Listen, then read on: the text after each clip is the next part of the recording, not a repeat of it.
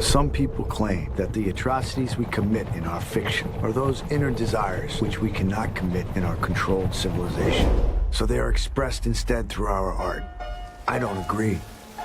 I believe heaven and hell are one and the same. The soul belongs to heaven and the body to hell.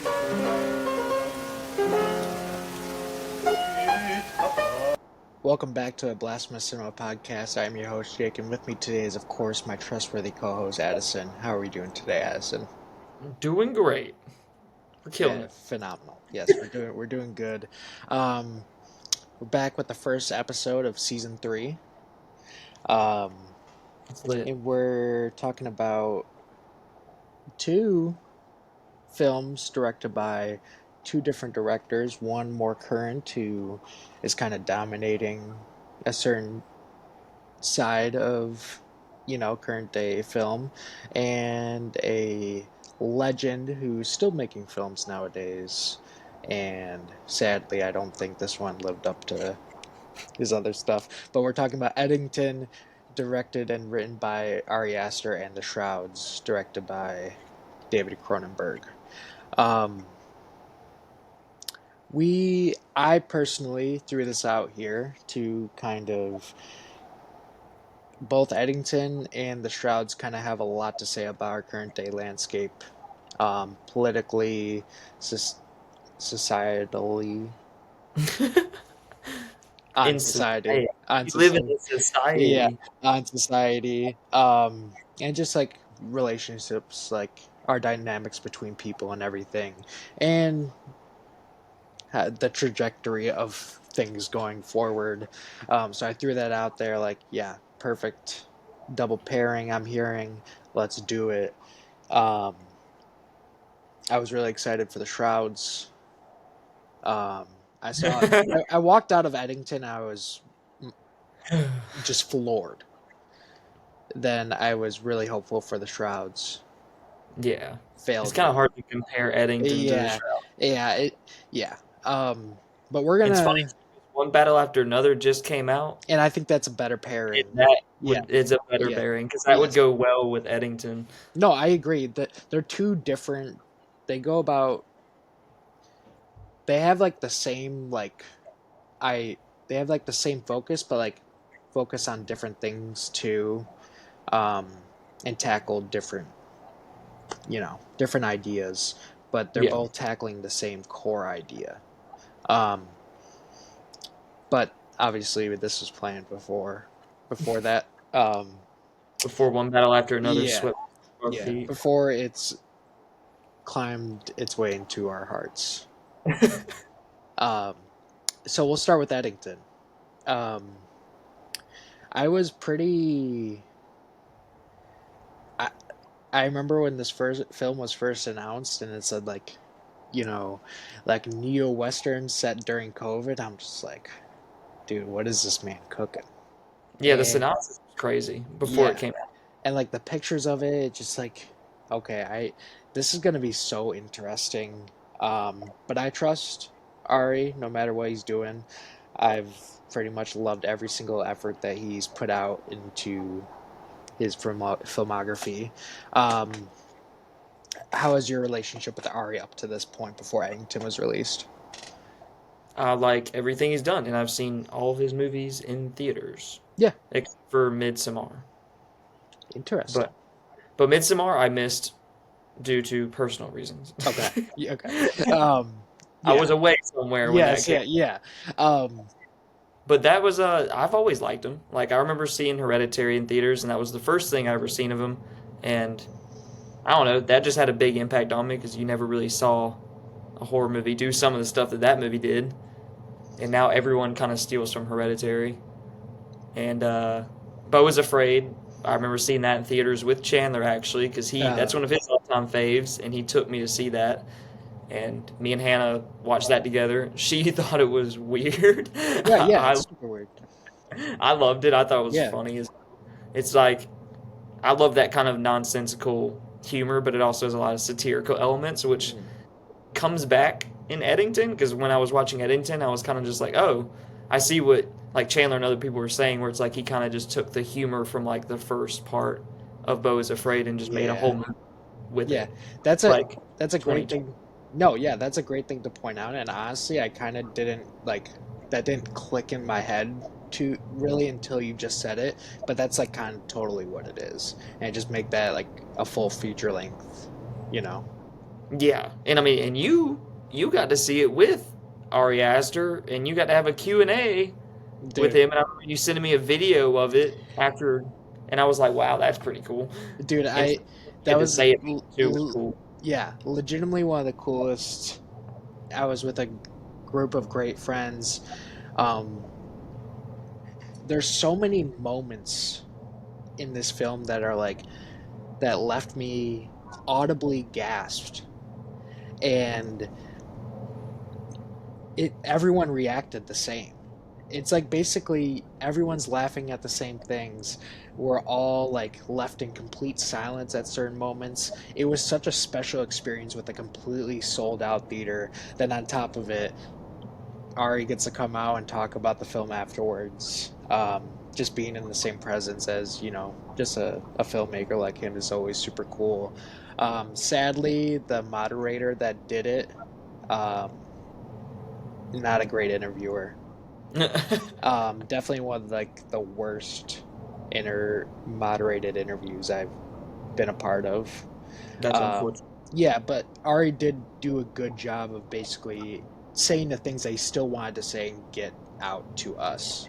Yeah, Um, so I think going into discussing Eddington, I kind of just want to reiterate kind of what Ari had said at this Q&A and kind of like his goal of going into making this movie. Um, so 2020 happens, COVID, social unrest, problems with inequality, um, all this stuff is going on. And much like a lot of other people, Ari Aster said that, he's kind of doom scrolling online during this whole thing. Everything's just, kind of building on top of each other. And he said at that point, it was feeling like we were building to real violence in real life. And um, as we got out of that, couple years down the line, he started writing basically all of his observations during that time and putting it like kind of aside into a script. And his goal, like he said, he's like, I don't think a lot of people truly metastasized almost, or sorry, not metastasized, like processed what truly how seismic 2020 was. yeah, And even though I felt like I've done a lot to like think about over what happened in 2020 and the years after, I definitely feel like this film puts it all on the table for you, and it like puts it back into right in front of you and says, all right, think about it again and truly realize how insane the times were. And unfortunately, um, he makes this in 2024, and we have the Q&A and the release, and he said, I didn't expect us to be back in it. yeah, So unfortunately, it's more timely than ever. And the silver lining for him is basically saying, I hope that down the line we can kind of look back at this and be like, we're glad we're not here anymore and we've been able to grow. Um, so Eddington is tackling COVID, racial inequality, social unrest, um, the political climate. It's tackling a lot. Um, and it's everyone definitely, being trapped in their own echo chambers, yeah, and I think like the biggest villain of all, and it's kind of funny that it's hidden in the background the whole time, is AI. yeah, And it is funny that it's like the secret villain of the movie, how it just lurks in the yes. background and it's the overbearing system behind it all. I've kind of talking with friends about this aspect of it. Um, Ari is basically portraying how both sides are kind of pretty shitty in their own ways during the film. And like with the right, a lot of their own things, but with the left, it's like a lot of their reactionary stuff. And I did feel like I've walked out of it feeling that it was more against the right. And my friend Tyler, who we've had on this podcast before, basically said like, I disagree because of the lingering data center in the background. Like, maybe the left isn't as like the left political figures in the film aren't as outright about, you know, their shittiness, but in the background you have this data center that's being built, being put into this community that's gonna basically ruin everything. you Yeah. know? I mean, it's one of those things where it's like, I definitely think it's definitely more against the right, and Yeah. I wouldn't say, I don't think Ari Aster is necessarily saying it's right or wrong, but I think at the same time, he's kind of just like, I think we all lose when the system wins, Yeah, and the whole time it's absolutely. like, it doesn't matter who gets elected, whether it's a person on the right or the left, that data center still got put there. So it's kind of You're screwed like I either don't, way. yeah, it's not like I don't think it's a doom thing where it's like we're screwed either way. I think it's more of like you said, like he's holding a mirror up and he's just like, we really need to take a look at how we react and how we act about certain things and what we're doing and making stuff about our own self importance and about our political activism and all this stuff, how we all get this sort of narcissistic headspace about everything and we just kind of ignore the big picture the whole time because we're so worried about this and that and what this person's saying and what that's doing over there, but no one's actually paying attention to what the actual problem is. That's kind of what I got out of the movie. No, yeah, I definitely agree. Um, I love what he names the data center, because like the magic carp in Pokemon is this kind of, harmless thing as it starts out, but as it evolves, it becomes The golden Magikarp. the golden magic carp that is it's like a monstrous atrocity that can just basically wipe out everything. So, yeah, it's definitely one of the It's very more, clever. yeah, my opinion, a very bleak ending to go out on, to kind of just see this data center and just hold the image and just roll the credits. Um, Oh yeah, him. It's one of the most bleak endings of the year because, and it's also probably his most like haunting and horror one. Even though, like, it kind of reminds you that he started out as a horror filmmaker. Even though I wouldn't say Eddington is a horror film, but the ending is horrifying, especially for Soldier Boy out there just shooting the targets, and he's like just become collateral damage in the middle of this whole thing. yeah, It's very bleak at the end, and same for yeah, like even Joe Cross. Like you don't mean to be empathetic with a character who is so horrible and so just awful of everything that he does, but at the same time it's like he literally got trapped in his own hell of his own creation. You just trapped inside his own body. yes, Trying to and watch like, young Mr. Lincoln on the TV thinking that he is as important of a figure as someone like that. It's yeah, like literally just a hellscape. yeah.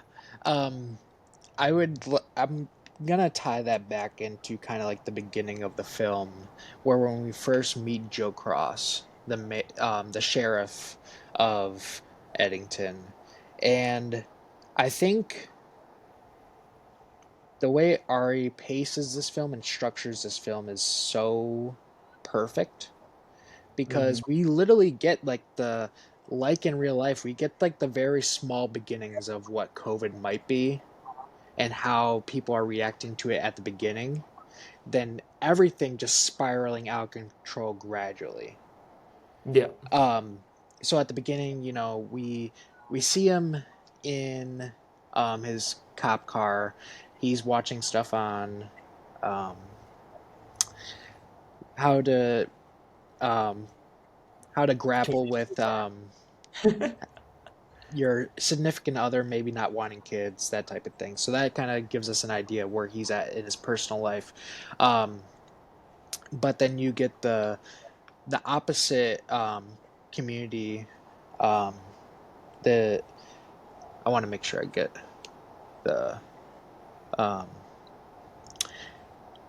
the right. Um, where are we at? The people of Pueblo, Yeah, where the point. the um, neighboring community. Um, so you have like the mask mandate in store. Joe Cross is not 6 having feet. it. Yep. Perfect delivery. Perfect No, delivery. the opening of that movie is funny as shit because the dude sitting there's like, you have to have your mask on. He's like, what about him? Not even, doesn't even have it over his nose. Yeah. Yeah. Yeah. And so it's like we get a lot of like that hypocritical back and forth throughout with characters throughout the entirety of the film. But that kind of just sets the groundwork of what's going on. We meet Pedro Pascal's character Ted Garcia, who's progressive leaning, wanting to, make Eddie. He's running the mask mandate, um, and just trying to make Eddington a better community. But in the background, we find out, the people from the state are spearheading this data center. Um, he's kind of spinning it as like, we're creating jobs. It's going to be great for the town's growth, stuff like that. While Joe Cross is grappling with how the mask mandate is taking away people's freedoms. Um, COVID's not anything to be worried about. And we need to take our community back. Why aren't we leading with kindness? Um, all that good stuff. um, One of my favorite moments in this movie is when he has like the altercation with Ted Garcia in the grocery store, Yeah. and like the person who um, was not originally being let in the store because he didn't want to wear a mask. Um, Joe Cross gets into a Ted Garcia. He walks out, buys the groceries of the person who couldn't be in the store, and the guy goes up to him, takes a selfie with him, and he posts to Facebook like the only good person left in this town type of thing. Yeah. And it's like, dude, I cannot tell you how many of those posts I saw back in earlier 2020s, and yeah, Oh, that was unbelievably I perfect. mean, I think that just spiraled out in general just because social media was already hyperbolic. And then if you add on top of it all the social unrest stuff, just made it even more hyperbolic. And it's crazy how much of stuff that I just saw in this movie where I was just like, yeah, I know that person. Like, I know No, that person. exactly. And I think there is one thing that kind of was having a hard time kind of wrapping my head around the first viewing, at least. Um, I appreciated it for this aspect, and it was also weird at the same time for me, just how prominent phone screens were in this movie. It I mean, it's felt, a modern movie through and through. yeah, it was weird for me to kind of just like always have that on the screen for me in a way, even though I You're not understand used what it to it. was going for. But on the second viewing, I appreciate it much more, and like the themes of, how engulfed our lives are in screens and just how much they dictate um, our lives, and just how everything is, revolves around them, no matter what it is, the political climate, social unrest, all of that stuff does tie back into a screen. Yeah, I mean, I agree with you, and I think it is something that's kind of underrated and underlooked when it comes to Eddington because a lot of people complain about how movies today are so scared to be modern. Like you have to get rid of cell phones, you have to get rid of this because it's not cinematic. And then Ari Aster makes a modern movie and has the cinematographer of Seven like shooting the shit out of Eddington, Yeah. and you have these shots like of him doing his first video to put on Facebook to run for office, and it's like it's literally just the center of the screen of just his iPhone recording him. So you're seeing a screen within a screen, like Joe Cross is already trapped within his own, little echo chamber. And it's just funny because I think it's so clever, but everyone just kind of ignores that part and they're just like, oh, okay, I don't really like modern movies. I don't like movies with cell phones. And then it's like, but the way he's doing it It's so works so, authentic and thematically poignant. yeah, Um, it works so well for the yeah. movie.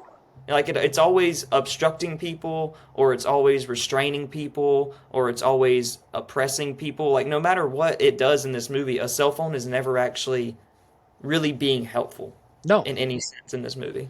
And no. I kind of love that the whole time they're always seen as like prisons or obstructions or as like frames within frames kind of thing. Yeah. Up to this point, I don't think I have seen a director handle the use of cell phones and just screens in general so perfectly like Ari has Yeah. in this film. Um, you know, And like you you said, they start the movie off with Joe Cross watching that video of how to cope if your partner doesn't want to have kids or whatever, and how you talk to them or try to convince them. And it's like that already says and establishes how this world is and how our real world is. It's like instead of just talking to your partner, you're trying to watch a video about how to talk to your partner. or trying to work through it through yourself too. Like Yeah, let exactly. alone like trying to have that concept in your head and just trying to work through it on your own. Um, yeah, we also have this whole other aspect of the film revolving around his wife Emma Stone's character.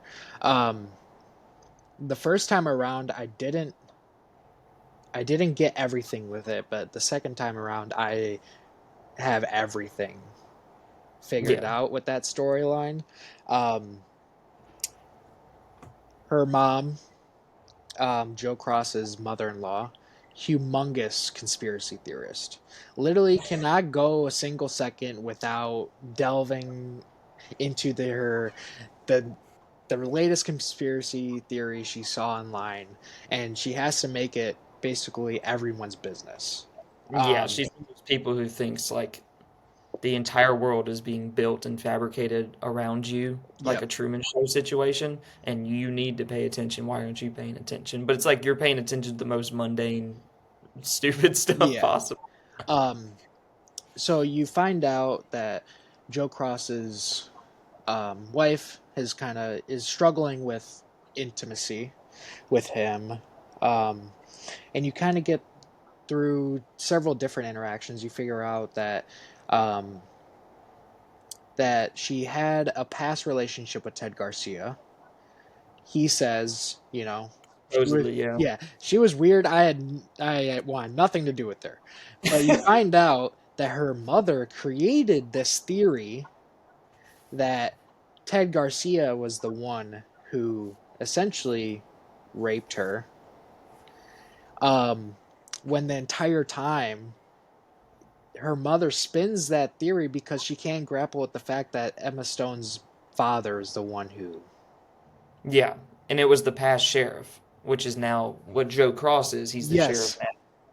and I on my first viewing I didn't like I was like, okay, how much of the each side is like how much of this is true? But I think at the end of the day, the second viewing solidified that Ted Garcia had nothing to do with her, and it was literally just her mother's couldn't cope with the fact that her husband had uh, sexually assaulted her daughter and Yeah, wanted to just turn it around on someone else because she couldn't grapple with that.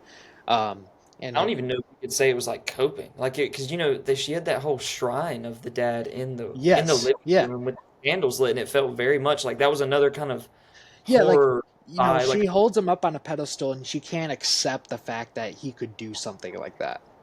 yeah, and Emma Stone is just kind of stuck in her own hellscape, really, until she's able to escape. But Yeah, yeah, it's a whole be- situation. she's living with a mother who's fabricating the lies of her life, who is completely overbearing, and now her husband is also the representation of the person who ruined her life. Yeah, he's basically like a carbon copy of him. Yep. Like he's Um, the sheriff, and he even kind of looks like him, just a skinnier yeah. version of him with the facial hair and everything. Yeah. And due to her fractured life, she kind of doesn't know any better than to find um confinement in a cult leader.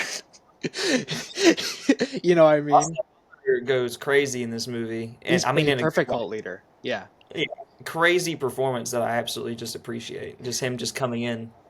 He's like that quiet charismatic, Yeah, and but like you know everything he's saying is a form of manipulation. yeah, it's a It very weird thing. um yeah, portrayed excellently by Austin Butler. Emma Stone doesn't have like necessarily like a lot of screen time in this movie, but she really does um, land the things that she needs to land for Yeah, like this her storyline to be super effective in the time that she is on screen. Um, especially in the movie, like when yeah. her and the cop show up at first to meet Joe Cross, and she has all of her artwork everywhere, which is so funny because there's like a Chandler pointed out to me when we rewatched it, but there's a little dummy Uh, that looks like Joe Cross that has a knife in the top of oh its head really? Oh my god, hallway. didn't know And I this. was like, oh, that's literally just foreshadowing what's going to happen to him later on. But I also think it's funny Oh how Austin dude, I Butler walks in there and he's just like, God is speaking through you. Like just talking to her and she's just awestruck that he just like said that. yes. It's so funny to me. Yeah. Just how all of her art is so crazy and how like Joe Cross goes in the sheriff's station and he tells that one officer, he's like, buy another piece of her art. And he's like, which one? He's like, I don't care. I Just don't buy one of care. Yeah. those. Um, It's so funny. And I told Chandler too after I watched it, I was like, I feel like all of Eddington is just a whole bunch of emasculated men just wanting to get laid. oh yeah. It Like that absolutely. is almost like Joe Cross, and then you have Austin Butler, and then you have Ted Garcia, whose wife left him, and then you have the teenage boys who are battling over the social justice warrior. Like it's just so funny how all of them are kind of Yeah. gravitating around the fact that they just want to get laid. Yeah, and it's just very funny too because like that is an aspect of Bo is Afraid too. Like I Yeah. always think of Ari Aster's Criterion Closet video. He's like, I modeled Bo is Afraid after this one movie, and it's just about a guy who needs to come. It's just and that's it. Um, so yeah, like there's so many men who are just kind of like even Ted Garcia's character. Um, basically like kind of like the dig that some people use against him as a political figure is that his wife left him and a son. So Yeah. he doesn't have like a woman figure in his life, and um,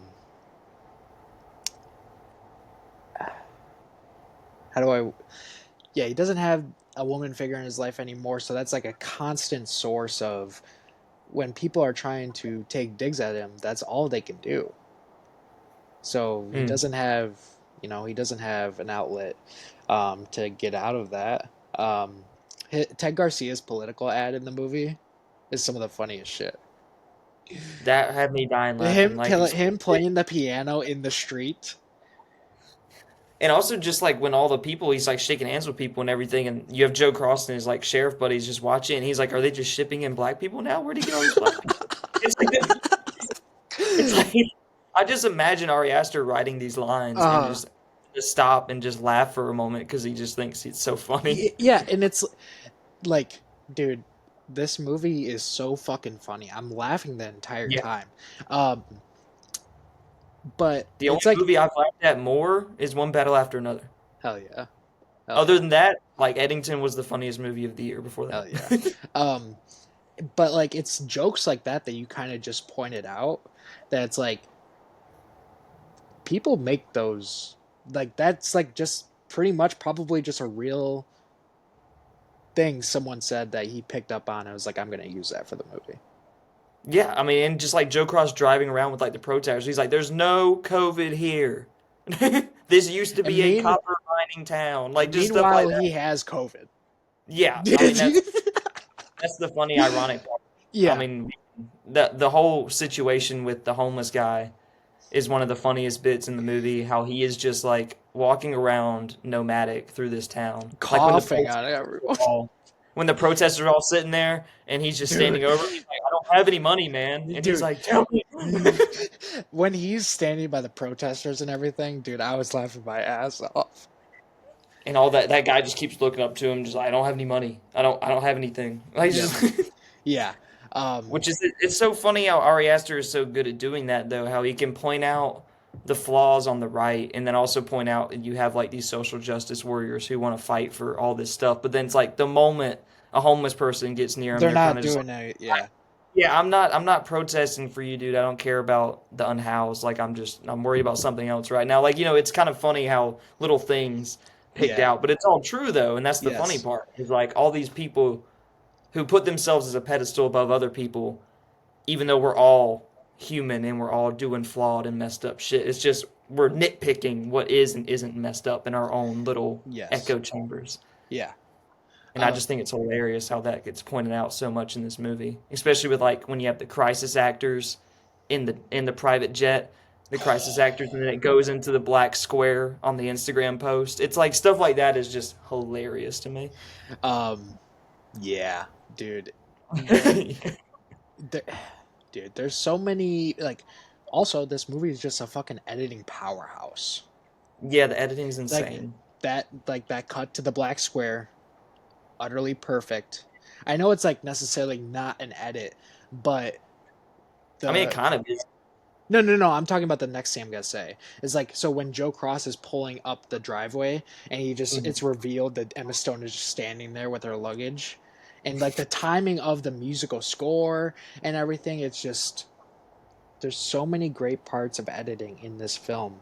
Um, it's just perfect from beginning to end on the editing front. I like the sound. Yeah, I mean the sound design and everything, like just the way the score sounds like an old like 1940s classical western like My Darling Clementine or Yeah, something, where Joe Cross feels like he's like this nice, noble, patriotic hero of the story. Like he thinks he's some John Wayne, yeah, John Ford kind of hero, but he's like not at all. He's a hmm warped sense of it yeah, just due to his own narcissism, like I yeah. said. Um, and I also think about like the one edit transition of like so like the kids like hearing about all the things from the girl and the protests of like basically trying to make things like we gotta exclude whiteness or whatever. Then it Oh cuts to yeah. him at the dinner table with his conservative family and all the guns in their background, and he's spewing everything. And his father just sits there for a You're second. white. Are you fucking retarded, dude? The hardest I laughed in the theater this year. I legitimately couldn't believe it. It's so perfect, so accurate. I Um, just love the line delivery of him just saying, "You're white," and the yeah, son just sits there like. yeah, yeah. Um, And the best part of that is him after he's talking to his family at the dinner table is then him at the rally after his friend gets killed. Ted Garcia's son, and he's just like, "I'm standing on stolen land, dude. talking to a white man, my privilege, and using my voice that I shouldn't have." Well, And it's he first starts it off. He's like, I shouldn't be. I'm not the one to be saying this. Then goes on a whole ramble about the yeah, stuff that, and it's yeah. and but I mean, how many Twitter and Instagram posts have you read like that though? No, like Anne's speech is That's a what I'm real saying. person. Yes, Like exactly. It's it's so perfectly accurate. It's I. I shouldn't be using my whiteness or saying this because I don't have a voice in this fight and I shouldn't be using my voice in this But way. let me But I'm lay gonna out say everything right a whole here. paragraph right Yeah, it's dude. I I couldn't have imagined anyone better to make this movie. Yeah, it's incredible. It's one of those things where like you want to go up to so many people and it's so and I feel like everyone that doesn't like this movie who is offended by it are people who are like that. It's like one of those things where you just kind of want to go up to them. It's like you never had anyone in your life sit there and be like, "Have you ever thought about just shutting up?" Well, yes, and also people who don't like seeing through the looking, like the mirror of themselves and what's going on around them. You know what I Yeah, and it's mean? like even if you do get called out, maybe now you'll recognize that it probably wasn't Guess what? okay. We can fucking grow. You can change. Yeah, exactly. It's like you don't have to sit there and just be like, "Oh, this shit It's, sucks." I don't. yeah, I don't like how it talk about these things. Um, I do want to like I want to go back to Joe Cross a bit.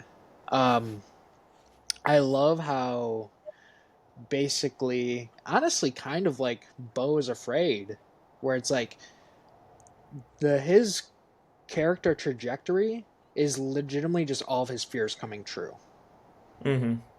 and all the things that he's like thinking about in his mind that are like potentially going to happen end up happening to him. and it's like a conservative's greatest nightmare. Um, Yeah, um, I'll start off by so that's BLM talk right there.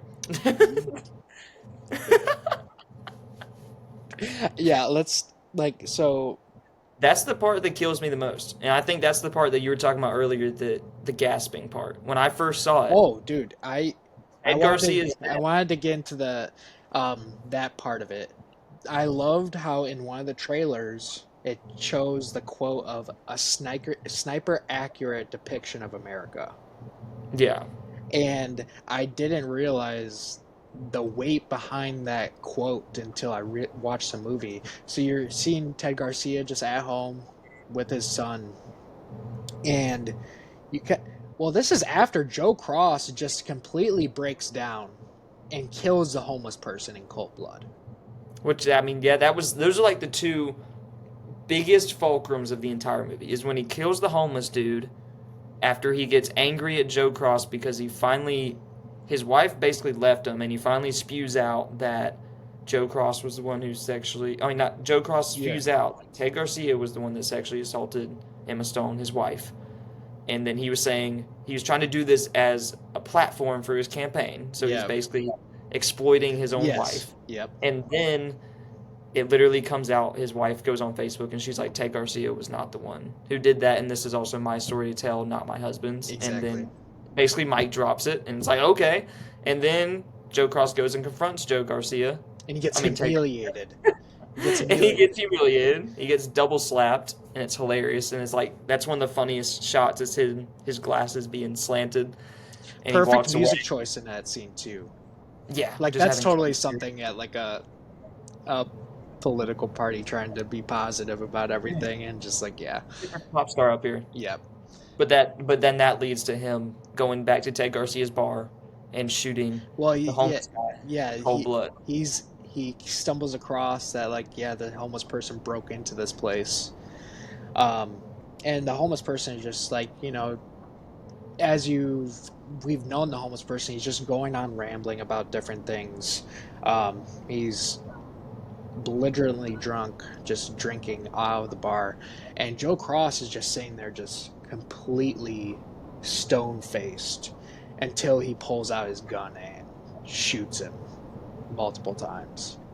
Yeah, and it's like completely in cold blood. And then that's one of the funniest metaphors, and I think one of the best metaphors in the movie is that he gets sick from the homeless guy because the homeless guy's been coughing this whole time, and after he disposes the body, he gets sick, and throughout the whole entire movie, he's just getting sicker and sicker. And I think that's such a great little metaphor that he just added in there. Ari Aster did. And also is one of my favorite shots at the bar after he shoots him is that shot where he's pulling the bullet out of the wall, Oh and it yeah. goes. And it's like it's a pull focus shot, but it's wild because you're looking at it through the glass as he's pulling the bullet out of the Mm-hmm. glass. And it's just crazy when you see a shot like that, just like when you see those canted, angled shots of like the tops of their Yep. faces, like that one of Joe Cross before he shoots them. Like it's when stuff like that that feels like old school. Just like that's just great cinematography and just great direction. Yeah. You just don't see stuff like that much.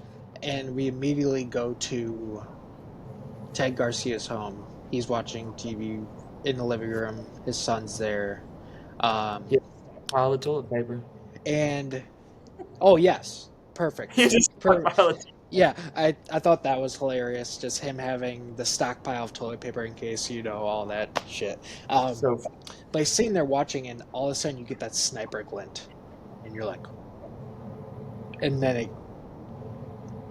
he gets shot by a yeah, and the audible gasp in the theater and silence from that sold out showing was probably one of my favorite moments I've ever experienced at a theater.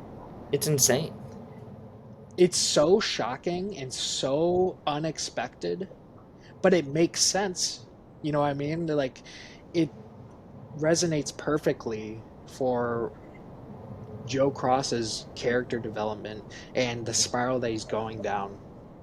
And on top of it, it kind of rings true to how some people, no matter what, they're gonna do something for their political gain. And he uses this. he goes into the house and he sprays. You see him starts to spray something, but you don't know what it is. And they go back to the house the next morning because someone found his dead body. And you you see he wrote, was it Black Lives Matter or what? No justice, no peace. No justice, no peace. And he said, that's BLM talk. Yep, that's BLM talk. Um, After he just killed a father and a son in cold blood. he's he committed this act of violence to, one, for his own political gain, but also to um, wage war on an imaginary force that's not even there yet. Yeah, which I think that's another great thing that Ari Aster did in this movie about how he shows the crisis actors and then he shows Joe Cross's use of the BLM movement. Like it's like all these people who are using something for their own gain that's trying to also put it in a negative light to be a proxy villain, essentially. Yes. And it's one of those things where it's like, how can people watch this movie and be like, oh, it's actually much more pro right? Yeah, it's absolutely not. Like, it's like, are you sure about No, it's that? absolutely not. Like, who would understand people who sit there and say, like, oh, it's actually not actually tackling anything Yeah. important, and it criticizes more of the left than the right? It's like, no, No. I don't think so. And like, I definitely like, it's probably a little bit closer than I expected on my first viewing, but I do like agree with you that it's definitely condemning more the right than it is the left. For Um, sure. and this kind of sets off like, you get a press conference, and it's one of like the more like, in my opinion, one of the scariest moments of the film for me personally, because just seeing Joe Cross get up out of at this podium and basically say, you know, we've got guns, this community's got guns, and we're gonna use them, like that type of thing if something were to happen, and just fear mongering a Yeah. situation that he perpetrated. And And once again, exploiting that. it feels way too accurate. Like, I feel like I've seen that, and Oh, for sure. it's not a comfortable feeling. Like, that moment is very scary to me. um and from that we kind of get the catalyst of his um his worst nightmare coming true, actually coming true. um Up to this point, we've kind of seen how certain um, videos of Antifa um, are kind of gunning down cops or whatever in certain cities. Um, and we get this awesome shot of this private jet heading towards Eddington. And you realize who's in the plane is going to be these mercenaries who are going to, you know what, we don't we realize what Joe Cross is, and we're gonna take care of this. But they're going to use it as another crisis actor situation where they're going to use a proxy so they can try and get away with it. Yep. Put up the white supremacy shit and put up the BLM shit so they can Yeah. sit there and make it look like it was a political thing. Yep. It's just so genius the way Ari Aster plays it all out like that. The Also, sequence. some of the best physical acting too from Joaquin. Like, I Yeah. mean, the physical acting is incredible. Yeah. I want to build into that. Like, the the scene of him going to the police station, the one guard, Michael, being missing. So you have the fire outside, and then you realize like there's a arrow and fire on the road, and he follows it. And this is like one of the most tense moments of the movie. It's just like, where are we going? What's gonna entail? Like, what's gonna happen? I love how you get this figure of white supremacy, and he cowers at it. You know what I mean? I think that's very obviously on the nose of, of Joe Cross's character and everything. Yeah, Um, and he gets led into this trap, and to at his own basically, house. yeah, to execute Michael and him and other cops. Um, you get this just insane gradual buildup of this chase and shootout. And that's like also like the explosion is also one of the moments I completely didn't expect. Like Yeah. I was completely shocked by it. And it's like also you're getting the drone footage of this happening throughout, which is another, in my opinion, brilliant use of screens, like technology, and kind of like, Modern day stuff. yeah, um, Yeah. done so well in this instance. And as Joe's cross is fleeing, he ends up falling into a exhibit on the Pueblo and natives that used to live in Eddington and everything. I think it's very obviously visually representative of him falling into that and creating damage to More the great symbolism. yeah. Um Also, one of the funniest falls, other than Leo's in One Battle After Another. But this fall right here, him falling through the roof, it's so yeah. just comedically funny, just comically ridiculous. Him landing on the map and Yeah. everything shattering, and it says like Geronimo on it. Yeah. Um and this is like kind of to the point where we're starting to get him one with his sickness and asthma building at the same time. Because he's just running everywhere. And And we make fun of that all the time, and we'll come up to each other and just be like, legitimately one of the best pieces of acting this year.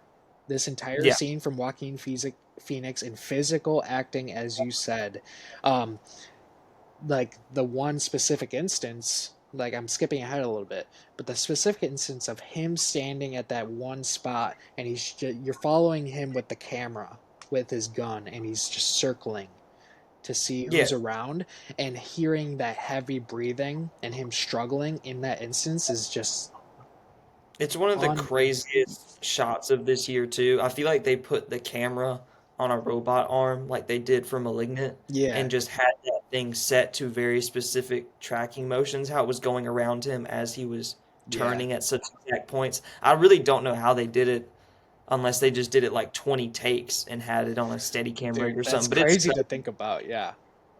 it's such an impressive shot because then that's what leads into the final mercenary guy just running after him, and he's like, "I will shoot you, I'll shoot you." And Yeah. he's can't reload, and the guy's just running at him, and it's more of that perfect comedic Ari Aster sensibilities where all you hear is like the breathing and like the footsteps of the guy chasing after him, and you just Yeah. chasing at him with the knife, and Um, then he just starts stabbing him in the top of the head. It's just like only Ari Aster could make this shit just funny as yeah. hell for no reason. And you just get another immediate follow up of the phone recording killing this mercenary and gunning him down.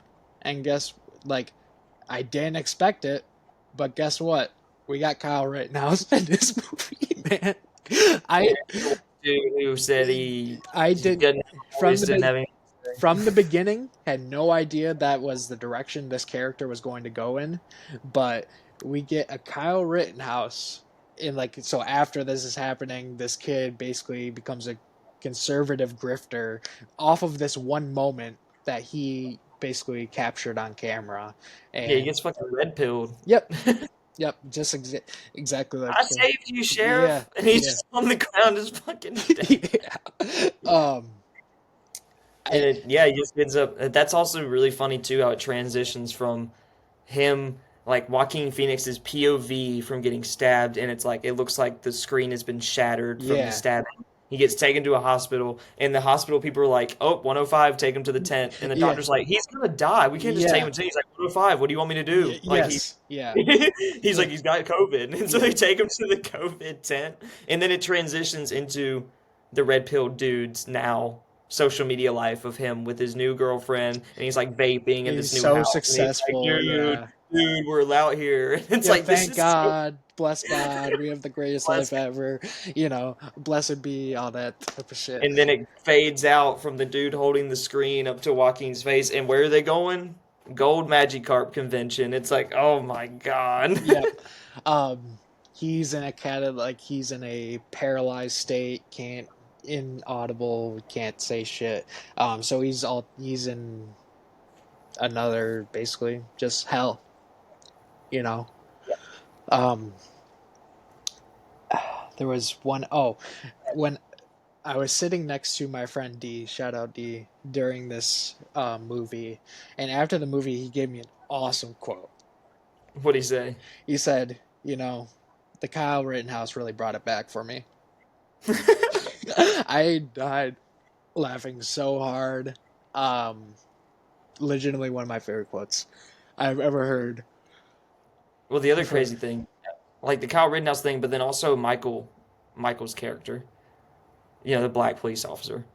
How it's crazy how well Ari Aster wrote this role in this part too, how it plays in the movie, how after all the BLM Antifa stuff starts rising in the town, the other officer next to Joe Cross starts immediately thinking like, oh, Michael is gonna might be put he's gonna radicalized. be in this, yeah, Yeah, he thinks he's been like radicalized and that he's against them now because of all this stuff that's happening in other places due to the crisis actors, not even due to what yeah, he's actually trying to blame. yep, And then they immediately throw him in jail, and then he gets evidence planted on him, and then he gets used as the scapegoat and the bait for the trap to bring those officers out there for the crisis actors once again.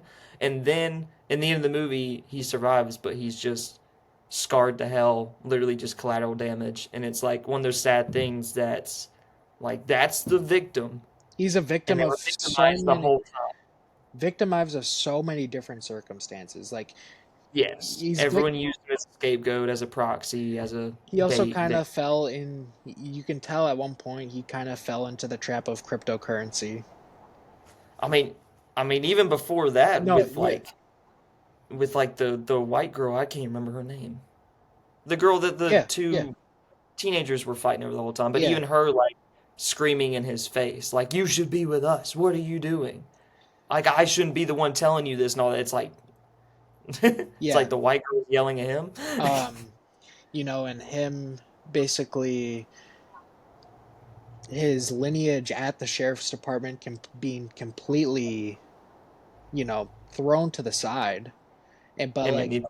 used So as gain, and like Joe Cross is giving him empty promises the entire time. yeah, Never meant anything by it. But as soon as he's perceived as a potential other, you're gone. I mean, yeah, they immediately. I think that's like very accurate too. There's so many people who um, will have people of other races in their lives until it's a potential other. You know what Yeah, I it mean? becomes a tribalism thing. And Yeah. it's also just really weird. I mean, not weird, but it's also just funny the way that Ari Aster is able to write all that. And it's like the main prominent things and issues within this movie are the stuff that's like, it's the subtle stuff. It's Yeah. not even the stuff that's really in your face. Like the AI stuff, kind of subtle. Like Then the even at the Michael big, stuff, yeah, kind of subtle. Like all that stuff is like the real issues, root of the causes, but everyone just pays attention to the topical stuff. And it's kind of like I feel like it's metaphysical with like the actual real life yeah, situations. Everyone only cares about the topical stuff. You know what I mean? yeah. Um, I mean, I mean, like we've been kind of scatterbrained about a lot of this movie, but I There's think so much. there's so much to talk about and there's so much to delve into. But I think we've covered a lot of what Ari tried to tackle. One of my favorite quotes from Ari afterwards, and I sent you in this clip, and he's like, um, I didn't even really realize this until he kind of said it. So many people are living in their own personal algorithms, and Hmm. there's no way to kind of get them out of that, and there's no way that I can relate to you as a person if you're living into a different algorithm, and it's irreversible at this point. Yeah, it's those echo chambers. um yeah, just a very scary notion. um I think this is one of the most layered modern films I've seen. And the fact that it manages to accomplish so many different things. One, you're creating a defining image, like there, in my opinion, of the 2020s. Like this movie is like legitimately defining of our times. And while it also manages just to be super funny, Mm-hmm. um, and just puts so much into every single scene it's tackling. Um, it's truly like a commendable accomplishment in my opinion. I think it's his best film. I think it's Astor's best film so far. I may not agree with that, but I respect that wholeheartedly, and I definitely think like he's tackling the most here, and I think he excels at it. Like Yeah, there's not a single thing that he um, establishes that he doesn't follow through on, in my opinion. exactly. And it's There's like so many 150 minutes long. Yeah, there's so many directors and writers who don't know how to establish things and follow through on them. Ari Aster establishes 80 or like a ridiculous amount of things he wants to tackle, and he tackles all of them. Yep. He killed it. He Um, killed it.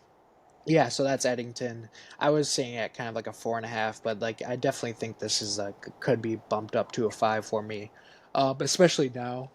Um, I think Yeah, I'm coming, sitting on the same spot. I think coming out of the first viewing, um, some things were just like not as pertinent to me, but like I do think this is practically a near perfect film. Um, so yeah, Eddington's incredible. Um, Definitely one of the most end up being one of the most important movies of recent times, and I think it's only gonna get more notoriety and appreciation over time. It's gonna be Definitely. interesting, like as we get older, revisiting 20 years Oh, down the line. You know what I it's mean? gonna be one of those films like Doctor Strangelove where I feel like people are gonna still look at it and be like, they were saying that all the way back then, and we're still dealing with it, huh? Yep, yep. Um, and I guarantee we will.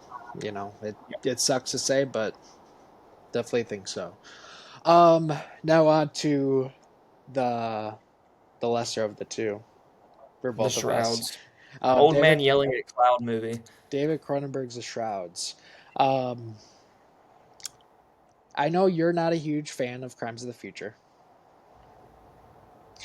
but I think it's crazy to me how Crimes of the Future feels light years ahead of The Shrouds.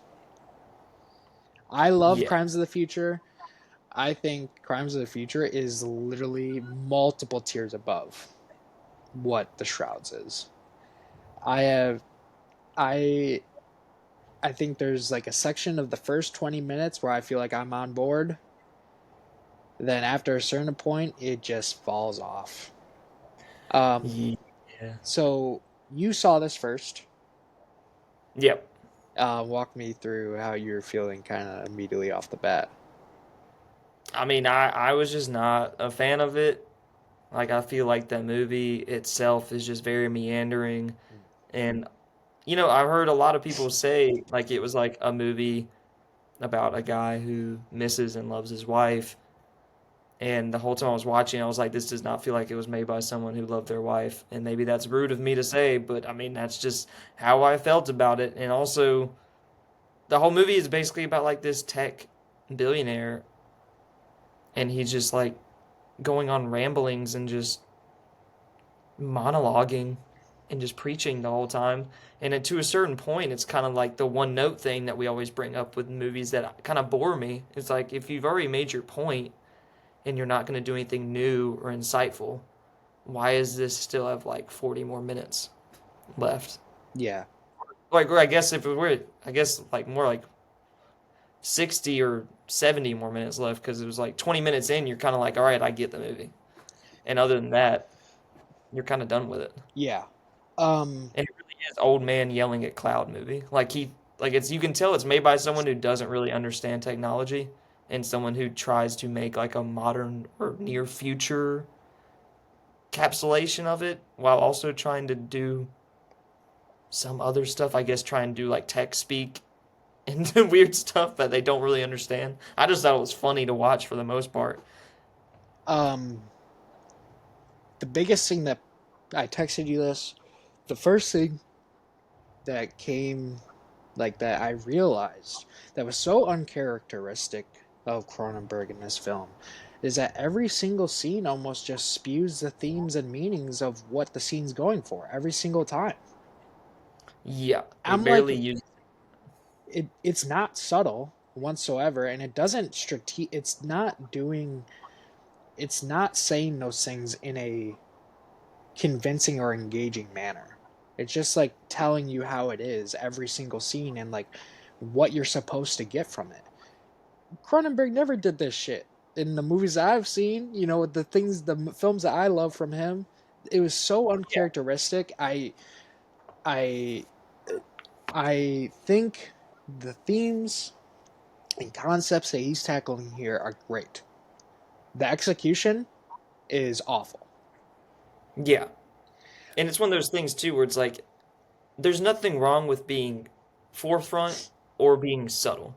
I don't think if a movie is not subtle is necessarily bad, and I Mm-hmm. don't think if a movie is just straight up not blunt, it's also bad. Like I Yeah, could less. It's all about, like you said, execution.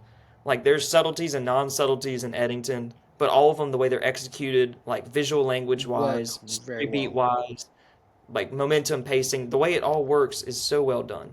But then you have something like the Shrouds, where, like you said, it could be like a one or two shot situation of people just sitting at a table or just laying down, and then they're just monologuing. Yeah. And it's like, dude, this is a visual medium, this is a film, and also you're saying the same thing over and over again. Mm-hmm. And we're not going anywhere. Like you're not showing anything new or dissecting it. You're literally just, it's like a reel. Rehashing it. Yeah, rehashing Yeah. it. I knew like kind of the same point where it's like he's showing this prospective girlfriend, um, and his restaurant, then his digital graveyard that he's um, created to allow people to watch their loved ones after they pass decompose over time. I think it's a great concept. I Yeah. love what it's doing. I love what it's saying. Um, but I knew I immediately like he's walking out and he says like, make it the religion of high tech. And I'm just like, dude, I get it. Why did you say that? Why did you have to say that? It comes off not in a natural way. It's not written in a dialogue perspective engaging. It's literally just him saying the theme outright. Yeah, and like you said, the concept itself and the themes are very interesting. Like the whole idea that Eddington deals with this too, of like the disconnection of people because we want to deal with screens, and the fact that we can't let go of things, we can't technically mourn things, we can't really connect with things anymore, so we just always have to experience screens. Everything has to have a digital proxy, even his little AI companion that's meant to be like his dead Yeah, wife. And so Blade Runner 2049 already did this with Joy, and they did it 20 times better. yeah. Like That's what I'm saying. Like you're just repeating stuff, but you can't even do it well. the idea, the morbid idea of people revisiting their graves and seeing the decomposing bodies of their loved ones as a fact as that they can't move on is unreal stuff. Like Yeah, that's David Cronenberg mind to a T. The definitely. execution, not to a T at all. um, No. And the whole Guy Pearce character is oh, just completely awful. useless in Like this movie. I Completely pointless. first scene he comes in, I'm like, okay, maybe I can stomach this. It goes on, and it feels like his performance and the way that it's visually portrayed with his character, like feels out of like a bad lower budget film. Yeah. I don't think Guy Pearce is like I don't think necessarily it's a bad performance, but he's like kind of given just like a really bad character and like not great material. But it's also like you said, like people set things up in movies and they usually pay off. Like with Eddington, everything our asked to set up is paid off and you have a reason for it. I genuinely do not know why Guy Pearce's character is in this movie. What his intentions are, Like, why is he manipulating Vincent Castle's character to be the leader of the company? Why is he using the AI wife? Why does he care about all this stuff? Why does he try to do the conspiracy theory towards the end? You could literally cut every bit of his part of the movie out, wouldn't change a thing. Story would still be fine. Yeah. I want to touch on kind of the performance aspect a little bit, where Vincent Castle, in my opinion, starts off good. I think Vincent Castle's performance kind of starts off solid. I think he's accurately portraying just like kind of how these high tech billionaires or millionaires kind of act and how infatuated they are with their creations and like all that stuff. I I've was able to tell that his performance literally is just declining throughout the film. Yeah, he's usually great. I It was jarring to see scene by scene pass and just him get worse. Well, it felt like he got bored of the material Yeah, also. Like, it felt like he was like, dude, how many times are you gonna have me monologue like I'm this about the just same? doing this. I'm just going through the motions at some point. Yeah, Like there's line delivery in this movie that is awful from everyone in the cast. yeah. People have like made the thing like, oh yeah, the Cronenberg stilted characters, and I'm just like, dude, the line delivery given by great actors in this movie makes no sense and shouldn't happen. I mean, even Cronenberg's stilted character thing, like, it can still work. Like, the Cronenberg stilted characters in Videodrome or Naked Lunch or, like, Scanners, all those performances work within the story. Yeah, In this movie, I mean, even Crimes of the Future, I could say, like, performances work really well. And he like has amazing actors in Crimes of the Future. Kristen Stewart is a very awkward and um, quirky character, but guess what? Her performance delivers that what he wants. And Leigh Sadu is amazing. Yeah, I Viggo Mortensen's incredible. Viggo Mortensen is always good. It's just unfortunate that he kind of got stuck with the monologuing thing that Vincent Castle does in this. Yeah, I truly don't understand what happened in the second half of this movie because I do think it's like it does feel performance wise a tale of two halves. I think the second half from everyone is not good. Well, I'm wondering if he rewrote it in the middle of production or if he changed stuff and then just like gave them new scripts and was like, "Here, just say this now," and they were just like, "All right." Yeah, I'm not sure, man. It's just like it got to a certain point where I was like, damn, I do not. I There's just so much not good and not well executed here. Because It you, feels like late style. Like it feels like his Megalopolis. It feels like a late style film that is trying to be very it feels ambitious. exactly like Megalopolis the first time I saw Megalopolis. Yeah, it just feels very late style, very narcissistic, very big headed, and very just kind of like I don't even know, just almost half assed, almost. Yeah. Like it's like also too. I do think at a certain point, like the film feels visually ugly in my opinion. Um, because like I just don't think like certain elements are incorporated well visually. Um, like I do Yeah. think, yeah. The shroud, like actually like what he's created, um, for these bodies to be wrapped in, Yeah. so cool. I I liked that. That's like the one shot in the whole movie that I liked was when he got in the shroud. When he got in the When he stood shroud, there. I love at the restaurant at the graveyard. Yeah. The shrouds are featured throughout the restaurant, and I Yeah, Hank. loved that so much. The shroud looks incredible. It's a great concept. I think like some themes like the use of the shroud, the grave tech for military purposes, political gain feel organically woven in, but then there's all the other themes are not. Yeah. Um, I think it was I liked how it was, you know, trying to tackle. It was becoming harder and harder to separate privacy from technology, um, but yeah, the concepts and everything is just basically what all this film has for me. Yeah, it's just very poorly executed, and I just think the story meanders a lot, and then it just gets into stuff that doesn't really make much sense either. Like the whole situation of him loving his wife, and then him just basically spending the entire movie talking about how much she pissed him off and how she had another lover and how, like it literally felt like to me, I was like, "Do you actually love your wife, dude?" I can't fucking tell. I Diane mean, Kruger is amazing in this movie, in my opinion. I think she's probably the best. yeah, I would say that too. She Um, probably is the best. she plays three characters. She plays his dead wife's sister, and the AI program that he has, Honey. Um, I think she's incredible in the movie. I love Diane Kruger. She's fell in love with her back in Inglorious Bastards, and I still love everything that she does.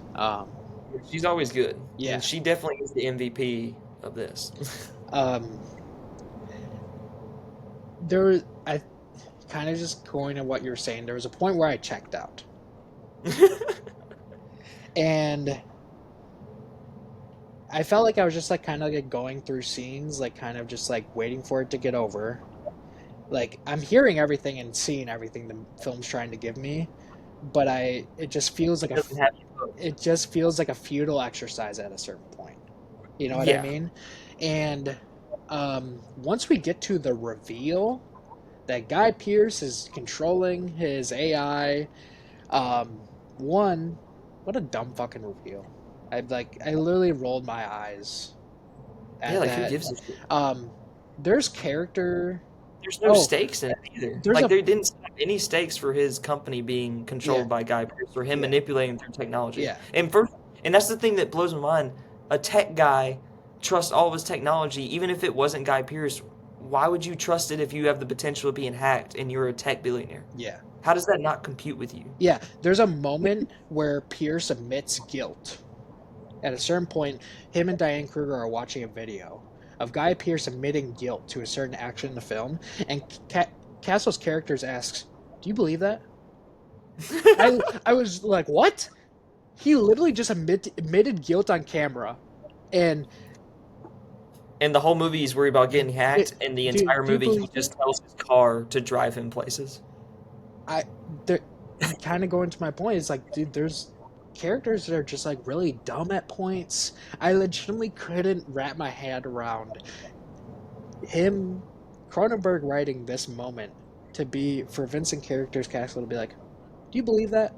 He literally just admitted guilt to you straight up, and yeah, man, And it's one of those things too where it's like, okay, if someone wants to come to him and be like, well, the point is that he's stupid. It's like, okay, if that's the point, then that's a really dumb point. Because him being a tech billionaire and the point is for him to be stupid, it's like, all right, I can see that in real life, but at the same time, though, his decisions are still dumb and they have nothing to do with the story still. It doesn't change anything in the story. no, and it just comes out as a sore thumb, essentially. You know what I mean? It's It doesn't feel natural. no. It doesn't feel like it's supposed to work at all. I I went into this movie very hopeful. Um, and like I said, I think there's a certain portion where even though there was flaws, I'm like, okay, I'm still on board, but then drops off. Um, I don't really know what else to kind of tackle with the Shrouds. This is The why, ending is terrible. yeah, ending's not great. I Like he just leaves with that other girl and then has another nightmare, and then it ends and he's just flying away on the jet, and it's like, oh, okay, that's it. yeah, I was glad that I was like, okay, awesome, thank God that's over. Exactly. It's like, okay, I guess I get to leave now. Um, I yeah, I don't. I wanted to save the Shrouds for last because I didn't really like. I felt like we knew exactly what we were gonna say, and I just don't think that there's like so much to say about it. Um, yeah, different. Like I wish it. I wanted to stick to this double feature, um, but I wish in another reality it was gonna be Eddington and one battle after another, and This would be a 4 hour episode if we did that. yeah. Um, So yeah, the Shrouds two star. Maybe that's generous, but I'm going two star. I'm probably around that same range. Um, yeah, concept's great. Diane Kruger great. Vincent Castle good. for a certain portion. Yeah, The shrouds look cool. That's about it. that's about it. Yeah. Um, and even though I loved Crimes of the Future, it made me somehow appreciate it even more. Um, so yeah, that was our double feature um, for the opening of season 3. We'll have a new logo and a new banner to go up on stuff Heck yeah. made by the talented Hannah Wheeler. Um, we will be back the very beginning of November for our annual October recap. Um, for me, I have a lot of rewatches this October. I don't know. Have you planned kind of what you're gonna watch at all? No, I usually don't plan it. I usually just kind of try and watch just horror movies and just do one every day and just go off the hip Yeah, and just kind yeah. of find one, whatever I'm in the mood for. I mean, I've always just created a list, my game plan going into the month, and then I can change things, of course, but um, yeah, mindset. I'm very excited to do that again. Those are always fun. Let me Um, see that shirt. this is Nice. this is a Hassa Jack belt. Um, you haven't seen this one in person, correct? No, I haven't. That's Oh, cool. the back is incredible. I'll have to take a picture of the Nice. back. It's incredible. Um, no, some cool notes during October. The Criterion Closet's coming to Chicago. You gonna get that Nightmare Alley black and white? No, What? good movie, not my not my my favorite. I think I'm gonna pick up. Um, my game plan is Mm-hmm. Onibaba.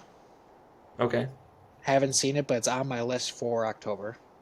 One of Willem Dafoe's favorites. Yeah. Um, I think 4K of Cure. Still You finally haven't. gonna watch it? Well, the music box in Chicago is playing it on the 31st on Halloween. So I think I'm gonna get it, but I'm gonna watch it in theaters for the first time on Halloween. That's a perfect film, Jake. I can't wait for you to Yeah, watch it. I do. I've been waiting. This is the perfect I can't opportunity. wait for you to see Cure, Pulse, and Cloud. All three of those perfect films. Chime is unreal. If you like Chime, I, dude, I you're know, I know, I know. I'm gonna love all these. Yes. Then I think I've been kind of. Do I go with No Country 4K or French Dispatch 4K? Um, so those are like kind of the films I'm looking at. The Criterion, the way it works is you can pick 3 items. So those are kind of what I'm sitting at right now. do you have any Wes Anderson ones? I have Fantastic Mr. Fox. Um, but Do you have any Cohen? I don't think I have any Cohen. Not on Criterion. I don't know. I'd probably get French Dispatch, Well, yeah, but that's French just me. Dispatch is my favorite Wes Anderson, and I've been waiting for them to put it on Criterion because I felt like it was going to go to Criterion, and lo and Yeah, behold, it did. Um, so probably Onibaba. Um, what was the second one I said? you gotta get Cure. Cure. Got to get Cure You gotta 4K, get Cure. and then struggling between those two. Initially, I was kind of debating on doing a David Lynch pick. Um, Inland Empire. that'd be a good one. That'd be a good one that Yeah, grab. yeah. Yeah. So The Art Life. Have you watched I that? have It's a not. documentary. It's not directed by him, but it's a documentary about his life. Um, really great documentary. Just also just a great insight into his mind and just hang. You basically just hang out with David Lynch. Yeah, I think anyone recommendation for anyone to yeah. watch The Art Life of David I Lynch. was waiting to watch it once I got some films under it, some films watched under my belt. Like I didn't want to watch it. Like I remember hearing about it like before I'd watch anything from him. I didn't want to watch it like right away. It's so good. Yeah, I can't wait to watch it. I just started the rewatching The Return yesterday. Nice. Fuck yeah. You know, Nice. yeah. Rest in peace, King. Miss you every Rest day. Um, in- but thank you Thinking again. about you. Yeah, always thinking about David. Um, as always, thank you guys for listening. and watching. We will catch you guys at the beginning of November for our annual October viewing recap. Take it easy. Peace. Peace.